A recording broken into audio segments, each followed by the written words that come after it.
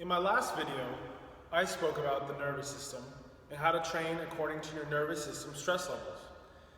In this video, I wanted to address the subsequent question that then comes after knowing when to train according to your nervous system and how to train with the appropriate intensity level.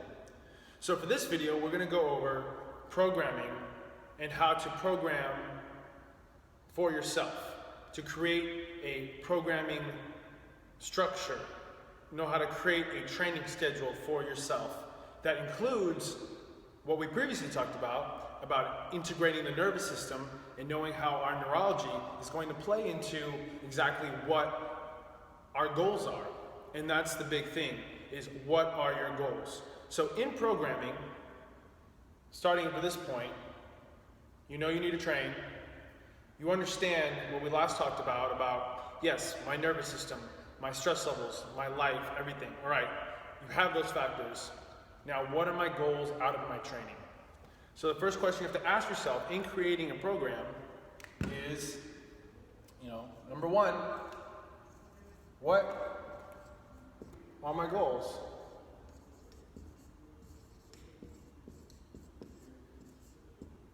Now, this is important because your goals are going to dictate exactly where you're going to take your training, how the intensity is going to wave, how you're going to have to subjectively look at your nervous system on that day-to-day, weekly basis in order to get the progress and the results that you want.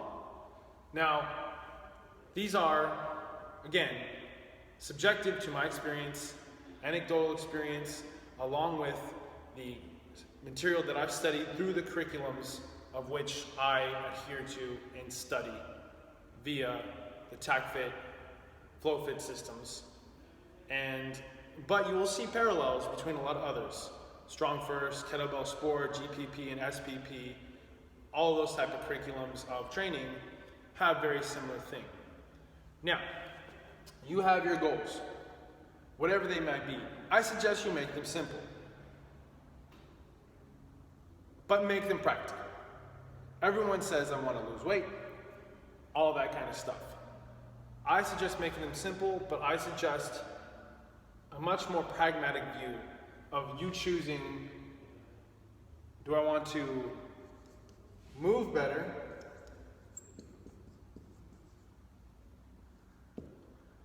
do I want to build muscle,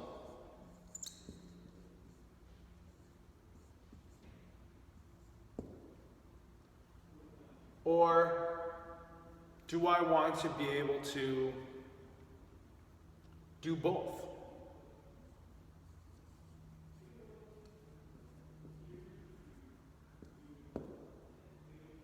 Now, the reason I say keep it simple, and perhaps one of these, is because these will usually encompass the other goals of which a person usually adheres to in their training. Moving better. If you move better, chances are you're going to slowly get healthier. As you move better, you're going to increase the amount of energy that you have, your proprioceptive spatial awareness, and through that, endurance, cardiovascular, fat loss, all come and fall in line. The second point, building muscle. Building muscle is getting stronger, putting on size perhaps. That's also very hard to do. So for those people who think that I don't want to lift weights because I don't want to get bulky, it's really hard. It's very hard, and it takes a very specific type of training regimen with a specific type of nutrition and caloric intake to get big. If you have a genetic predisposition that you build muscle relatively fast, cool, but that only goes so far. So keep in mind, you're not just gonna wake up and just be jacked. It takes a lot for people who get to that point. It's a lot of dedication. Building a little bit of muscle is not just going to result in some sort of hypertrophic transformation without the subsequent steps needed. So that being said, if your body, respect your body type, but know your goals. If you want to build muscle, you want to build size, great. That's also part of a goal. But if you're worried about that, please realize that it's a non-issue. unless that's something you're trying to go for, via my opinion. Now, building muscle means getting stronger. If you look at classic pictures of strongmen, back in the 20s and 30s, they were not huge guys. They were very, very ripped, shredded guys, but they weren't massive by any means. But they were strong and they could lift very heavy, very well. They were very flexible. They had a lot going on. That is why that time period of physical culture is so revered, is because they just had so many advancements. They're so far ahead of their time, and it's a cool thing to study and take a look at. So just know that being stronger, building muscle, doesn't mean hypertrophy, or hypertrophic, which is the engorging of the muscle. It just means having more muscular control. If you've ever studied Pablo Tazzolin's work in Strong First, which I highly recommend. I'm not Strong First certified, but I like those guys. They're very much a complementary system, I think, to the TacFit systems. But one thing he mentioned in a book of his, The Naked Warrior, is the power of the muscular contraction. That most normal people, their muscular contraction is not the optimal of what it can. We have inhibitors that block us from overly doing it. But that's why in those stories that we hear of people filled with adrenaline and they do something really massive, like lift a car, it's because the adrenaline has pumped into their blood, popped up their glucose and insulin levels and their anabolic oxygen intake, and then all the inhibitors are gone and they go full contraction of the muscle. So by standard, in terms of our muscular contraction, we have the potential to become very, very strong, but we don't use very little of it. Now, that being said, you can train to get more muscular contraction. That's getting stronger. That's building the muscle. Building muscle density means more from 0 to however many % of total muscular contraction that the body can produce. So how much can I squeeze the bicep in and pull it, or pull down on my lat and drive it in? Like all of that is how much contraction, how much tension can I produce with biomechanically sound principles to then create that effect. So energy output, tension control, body control. That's building muscle in a much more pragmatic, functional way, I think. Or do both. I'm obviously an advocate of doing both. That's very much the premise of the TacFit, FlowFit, CST systems. Is the hierarchy is you want to be able to be healthy and move well. If you're healthy and you can move well, then you can start to build strength. And then when you can start to build strength, you start to build power in those strengths, and then you develop skills. And then those skills will then develop attributes, and those attributes will then lead into a good physique. That's the hierarchy of training. So doing both is essential. Now, in choosing one or the other, you still will have to do a little bit of each one. Because in moving better, you have to get stronger in some area. It may not be adding weight or using a barbell or a kettlebell, but you will have to build muscle in its own way. And then in building muscle, don't think that you can go to a barbell with bad biomechanics, do a deadlift, and think it's going to be okay. Your body has to move well in order to function. If we can think about our body in terms of our cumulative scale of how we're set, our structure. And if we're at total 0, it means we have no pain and we're fully mobile. Fully to the best extent that we can. A safe, biomechanically sound mobile. So the more mobile you are, the more you will be able to learn better technique, because you'll be able to call on these body parts. And the more mobile you are, the less susceptible to injury you are. Our coach, Coach Scott Sonnen, in the Creative TacFit, one of his famous quotes is that pain is a result of immobility.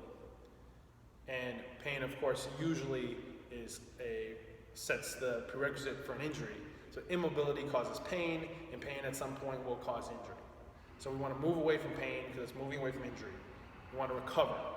So if we recover our lost mobility, now we're gaining access to a much broader array of toolbox of movement patterns, body control, that then we're able to learn and then refine in terms of learning a skill set like a barbell or gymnastic rings or kettlebells, and then be able to apply that to whatever you want. So, move better, build muscle, or do both equally. Again, knowing that either one you choose, you will have to do a little bit of, but of course the percentage will be a little offset, but that's what it is. And no, this does encompass weight loss, fat loss, feeling better, because that is part of it. It's the whole point about fitness in a holistic standpoint is that you need to be healthy. And so that's your goals. So here are your goals. Now we're going to go into, now we must program. I mentioned in the last video about if you can train according to the nervous system, you will have 3 types of gears.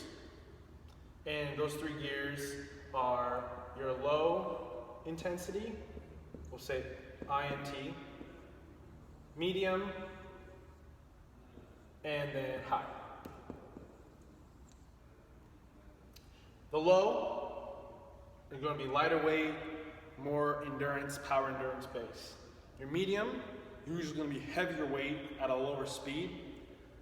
High intensity is probably going to be a medium weight to lightweight, but at a very high pace with short recovery. And of course, the high and medium can sometimes be flip-flopped. If you go for higher weight, that is slower, but with less recovery, also very high and demanding. If you go for medium, you can go for medium weight at a medium pace with more controlled recovery. So there are different ways that you can oscillate that, but the idea is that you know the difference subjectively for yourself. This is low, this is medium, this is high. In TacFit, we usually say that low is about between 40 to 60% of your max heart rate. Medium, between 60 and 80. High intensity is anything going over 80%.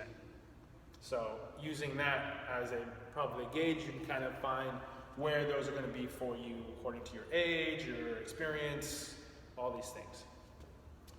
So now you have goals. Then you determine like what kind of style training it's going to be in terms of your intensity. You understand that. Now you need a program. So 3, you choose how long your programming is going to be. I think 6 to 8 weeks, in my opinion, in my experience, is a good time frame when you're making a program. So you have 6 to 8 weeks where I'm going to work on this, move better, build better, do both. And then you will choose your time frame. So time frame equals, in my opinion, 6 to 8 weeks.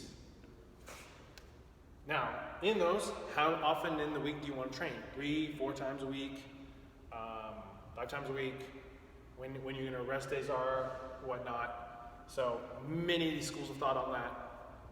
That's something that you're going to have to figure out and go according to what you want in your goals. But that's pretty easy with a little bit of research, or if you have access to a good coach, or messaging me and asking all these ways are very easy to figure out that kind of thing. But for the sake of this example, let's say you want 4 times a week of a 4-day split, 4 to 3. So let's say Monday, Tuesday, Wednesday off, Thursday, Friday, Saturday, Sunday. So 4 days a week, 4 days.